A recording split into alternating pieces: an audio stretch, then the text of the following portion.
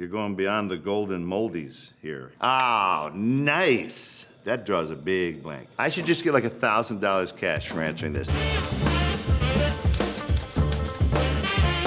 Okay, here we go. Variety says, well, hello, Mr. Fancy Pants. That's from Army of Darkness. Ash is talking to King Henry the Red. Well, hello, Mr. Fancy Pants. Hello, Mr. Fancy Pants. You ain't leading but two things right now. Jack and shit, and Jack left town. So it's a classic, Midwest snotty response. Army of Darkness is pretty quotable. It got pretty high on the quote factor. Give me some sugar. There's a lot of stuff from that movie. Half of it, Sam, we all made stuff up on the fly. So a lot of this stuff was not scripted.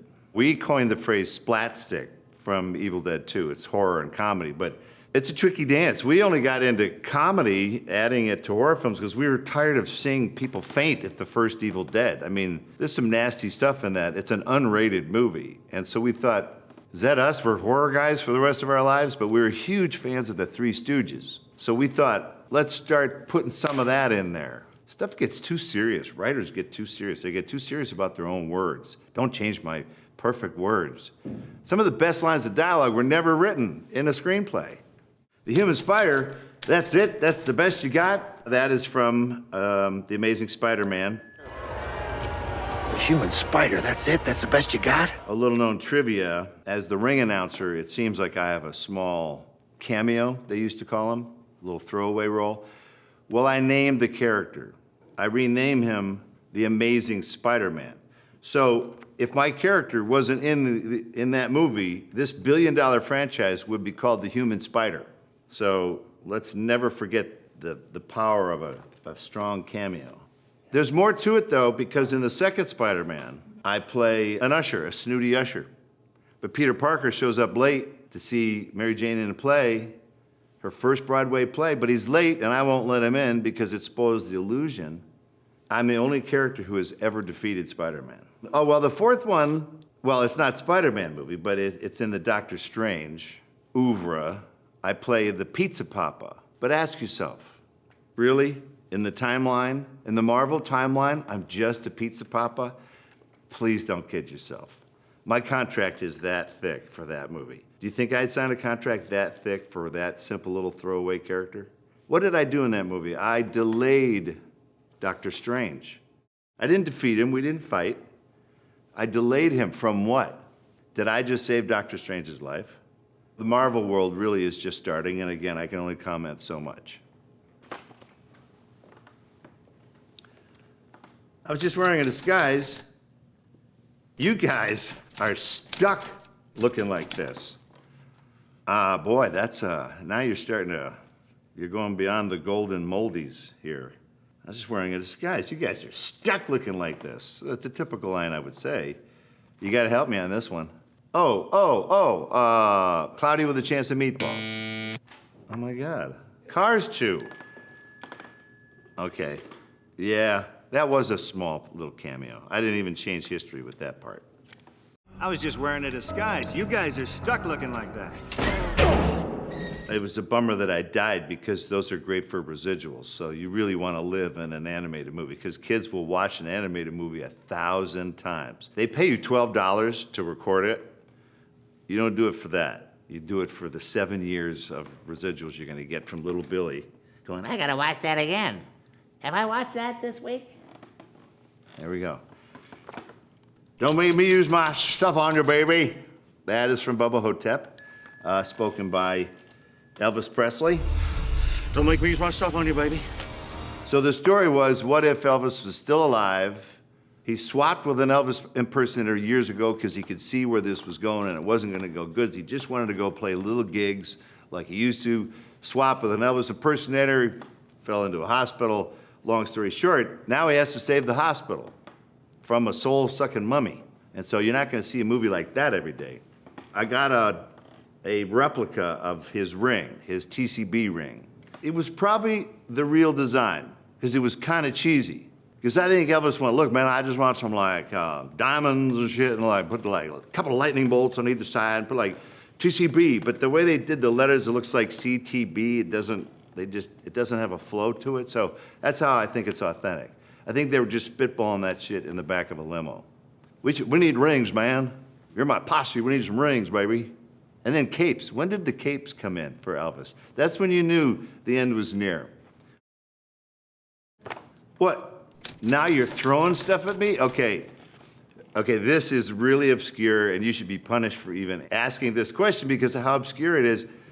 And I should just get like $1,000 cash for answering this. This is from the movie Congo. Well, now you're throwing stuff at me? Written by John Patrick Shanley, who had it in his contract, we think that you were not allowed to change your dialogue. I did a take, and the script supervisor came up to me and she says, you added a and a well and a huh, and I thought she was kidding.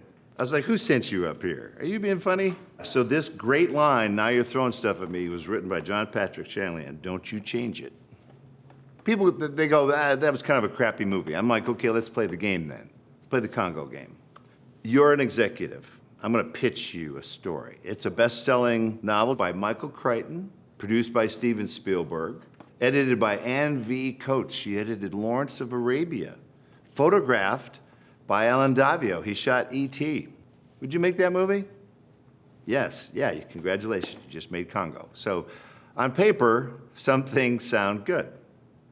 What a beautiful blue eye, shame he only has one. That is from Escape from L.A. with the great Kurt Russell. What a beautiful blue eye. Shame he only has one. It's funny, when I met Kurt Russell, the famous Kurt Russell, the first words out of his mouth to me are, say work shed. You want to talk trivia? I go, what? I mean, I knew what that word meant. And I think I'm the only person in the entire country, aside from Sam Raimi, who knew what that meant. His son, Wyatt, was a huge fan of Evil Dead 2. And there's a line of dialogue we added in the movie to help clarify something. Ash is struggling with what to do. He looks around, he thinks to himself, work shed. I'll go to the work shed. I'll get some tools in the work shed. So we put it in the wrong place. And we had it a little too loud, so it comes like this. Work shed. Work shed. It comes out of nowhere, and it's it's lousy. So his son thought that was the funniest thing ever, and his son told him to tell me to say work shed when we met. Then I worked with Wyatt on Lodge 49 and got to slap his little face.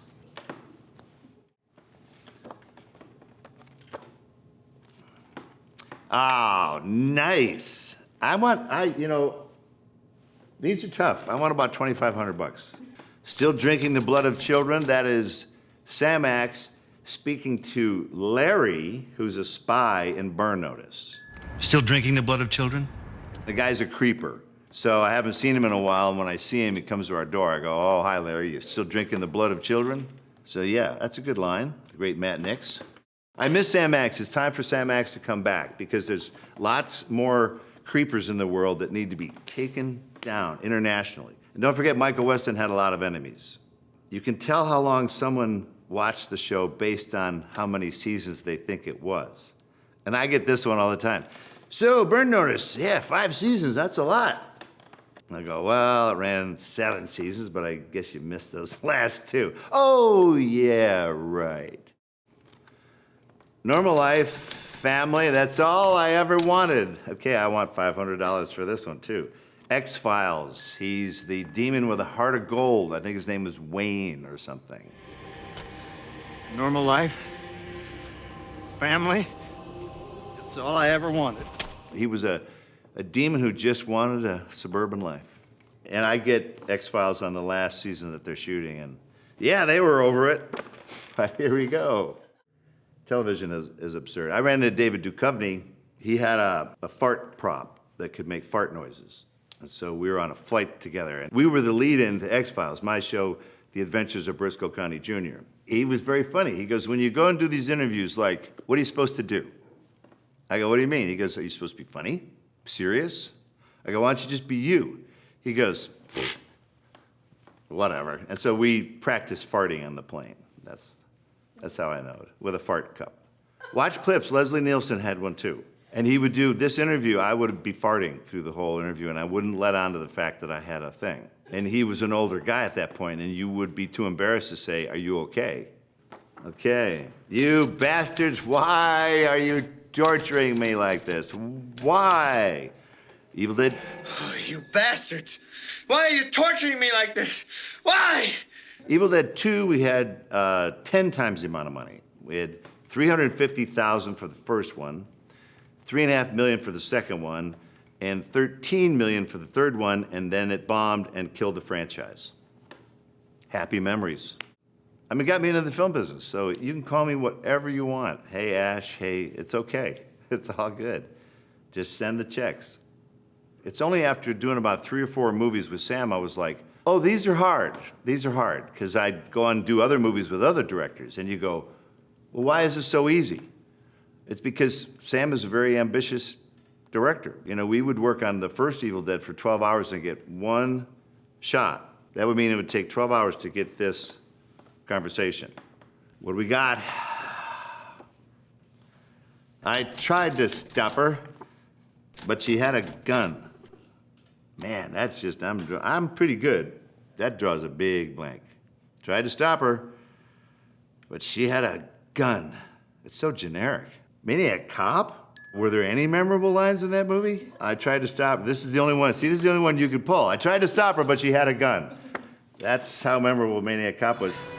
I tried to stop her, but she had a gun. The guy who wrote this movie, by the way, Larry Cohn, I think is his name, wrote a bunch of exploitation stuff, and he claimed that his dialogue was actor-proof. No actor, his dialogue was so good, no actor could screw it up. I had a different take. Your dialogue is so bad, it's actor-proof because no actor can say your dialogue. Thanks for playing, Larry.